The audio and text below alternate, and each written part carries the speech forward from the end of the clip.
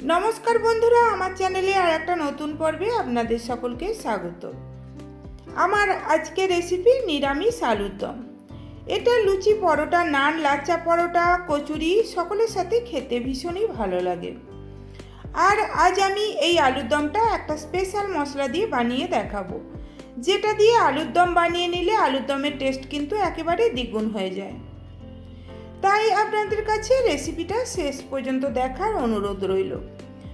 আসুন তাহলে দেখে নেওয়া যাক আমার আজকে রেসিপি। নিরামিষ আলুর দম বানানোর জন্য আমি এখানে 4টে মিডিয়াম সাইজের নতুন আলু নিয়ে নিয়েছি। আর এই আলুগুলোকে আমি দেখুন চৌকো চৌকো করে কেটে ধুয়ে নিয়েছি। এইবার আমি আলুগুলোকে ভেজে নেব। তার জন্য গ্যাস অন করে কড়াই বসিয়ে দিয়েছি আর কড়াইয়ে দিয়ে দিলাম সরষের তেল। আমি রান্নাটা এখানে সরষের তেলই করব, আপনারা চাইলে সাদা তেলও করতে পারেন। তেলটা খুব ভালোভাবে গরম হয়ে গেলে গ্যাসের ফ্লেমটাকে মিডিয়ামে করে দিয়ে আলুগুলোকে দিয়ে দিলাম হাফ চা চামচ লবণ আর হাফ চা চামচ মতো হলুদ গুঁড়ো। তারপরে লো টু মিডিয়াম ফ্লেমে আলুগুলোকে একটু লাল লাল করে ভেজে নেব। এদিকে আলুগুলো ভাজা হতে থাক, ততক্ষণ আমি এই আলুর দমের মশলাটা বানিয়ে নেব। তার জন্য একটা ছোট মিক্সিং জারের মধ্যে নিয়ে নিলাম 1 ইঞ্চ আদার টুকরো, দিয়ে দিলাম একটা বড় সাইজের টমেটো কুচি আর 4-5টা কাঁচা লঙ্কা। তারপরে এর একটা ফাইন পেস্ট বানিয়ে নিয়েছি। অপরদিকে আলুটাও দেখুন ভাজা হয়ে গেছে আর আলুর গায়েও একটা লালচে রং এসে গেছে। এইবার এই আলুটাকে আমি তেল থেকে তুলে নেব।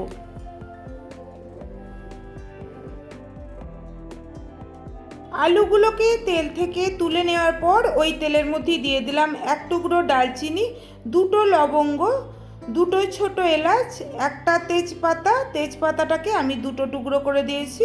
দিয়ে দিলাম সামান্য একটু গোটা জিরে আর সামান্য একটু হিং। ফোড়নগুলোকে কয়েক সেকেন্ড ভেজে নেওয়ার পর ফোড়ন থেকে একটা সুন্দর গন্ধ বের হয়ে গেলে দিয়ে দিলাম কিছু মটরশুঁটি। আর মটরশুঁটিটাকে একটু নাড়াচাড়া করার পর যে মশলার পেস্টটা আমি বানিয়ে রেখেছিলাম সেটাকেও দিয়ে দিলাম। এখন গ্যাসের ফ্লেমটাকে লো টু মিডিয়ামে রেখে এই টমেটো আর আদার পেস্টটাকে 3 থেকে 4 মিনিট ভেজে নেব, যাতে টমেটো আর আদার কাঁচা গন্ধটা কেটে যায়।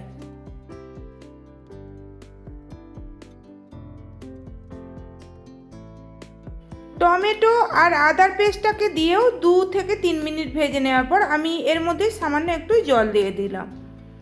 এরপর আমি গুঁড়ো মশলাগুলো অ্যাড করব। দিয়ে দিলাম 1 চা চামচ হলুদ গুঁড়ো, হাফ চা চামচ জিরে গুঁড়ো, হাফ চা চামচ ধনে গুঁড়ো আর 1 চা চামচ কাশ্মীরি লঙ্কা গুঁড়ো। আমি এখানে লাল লঙ্কার গুঁড়োটা দিচ্ছি না, কেননা মশলার সঙ্গে আমি কাঁচা লঙ্কা বেটে দিয়েছিলাম। তবে আপনারা যদি বেশি ঝাল পছন্দ করেন তাহলে অল্প একটু লাল লঙ্কার গুঁড়োও দিতে পারেন। তারপরে আবারও লো টু মিডিয়াম ফ্লেমে মশলাটাকে 2 থেকে 3 মিনিট কষিয়ে নেব, যতক্ষণে না মশলা থেকে তেল আলাদা হয়ে যাচ্ছে। মশলাটাকেও 2 মিনিট কষিয়ে নেওয়ার পর মশলা থেকে দেখুন তেল আলাদা হয়ে গেছে। এইবার আমি এই মশলার মধ্যে ভেজে রাখা আলুটা দিয়ে দিলাম। তারপরে আবারও লো টু মিডিয়াম ফ্লেমে এই মশলার সঙ্গে আলুটাকে আরও 2 মিনিট কষিয়ে নেব।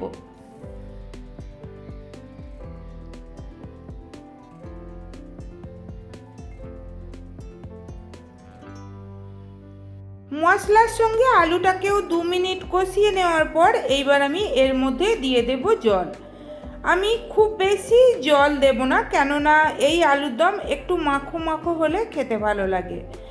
আর আলুটা আমার ভাজার সময় 60% মতো সিদ্ধ হয়ে গেছে। আমি জলটা দিয়ে আলুটার সঙ্গে ভালো করে একটু নাড়াচাড়া করে দিলাম। এইবার আমি তরকারিটার মধ্যে দিয়ে দেব স্বাদ মতো লবণ আর 1 চা চামচ চিনি। নিরামিষ আলুর দম একটু মিষ্টি হলে কিন্তু খেতে ভালো লাগে। ভালো করে নাড়াচাড়া করে আবারও চিনি আর লবণটাকে আলুর দমের সাথে মিশিয়ে নেওয়ার পর গ্যাসের ফ্লেমটাকে লো টু মিডিয়ামে রেখে ঢাকা দিয়ে 5 থেকে 7 মিনিট এটাকে রান্না হতে দেব। ততক্ষণ এই আলুর দমের জন্য আমি যে স্পেশাল মশলাটা বলেছিলাম সেইটাকে বানিয়ে নেব। তার জন্য গ্যাস অন করে কড়াই বসিয়ে দিয়েছি আর কড়াইয়ের মধ্যে দিয়ে দিলাম ছোটো 4 টুকরো ডালচিনি, 4টে ছোটো এলাচ, 3টে লবঙ্গ, দিয়ে দিলাম সামান্য একটু জয়িত্রী, অল্প একটু জায়ফল। এখানে আমি একটা জয়িত্রী অর্ধেক ফুল দিয়েছি আর জায়ফলটা 8 ভাগের 1 ভাগ দিয়েছি। দিয়ে দিলাম 8-10টা গোলমরিচ আর 2টো শুকনো লঙ্কা। তারপরে এই শুকনো মশলাগুলোকে শুকনো কড়াতে 1 মিনিট মতো ভেজে নেব।